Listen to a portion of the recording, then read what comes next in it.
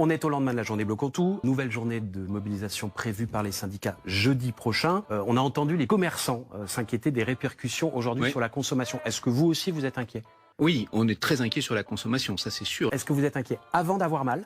Ou est-ce que vous constatez déjà que ça va pas bien aujourd'hui? C'est déjà extrêmement compliqué pour des tas de domaines du commerce, ça c'est évident. Vous connaissez que le climat actuel aujourd'hui fait c'est pas souffrir le climat, c'est la politique économique menée, elle est très mauvaise. Ah, vous dites sur la politique de bien sûr, sur la c'est pas le climat social. Oui. Bah oui, elle est très mauvaise pour la consommation. C'est pas seulement le climat social. Le climat social et la répercussion de ça. Les gens sont mécontents.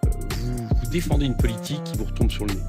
Donc, je la comprends pas. Vous portez une première appréciation. Vous dites, et c'est vrai, la demande intérieure, la consommation populaire baisse. Pourquoi la demande intérieure et la consommation populaire baisse? Parce que, par exemple, le pouvoir d'achat des salariés baisse depuis 2 ans. Le pouvoir d'achat global en France monte de 0,5%. Quand on regarde bien dans le détail, on s'aperçoit que c'est le pouvoir d'achat du patrimoine qui permet d'avoir ce côté positif, sinon le pouvoir d'achat des salariés baisse. Pourquoi le pouvoir d'achat des salariés baisse?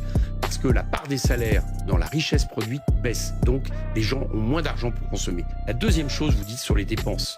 Je vous fais remarquer que la part des dépenses publiques dans le PIB depuis 2017, elle est stable. Ce qui a baissé, c'est la part des recettes.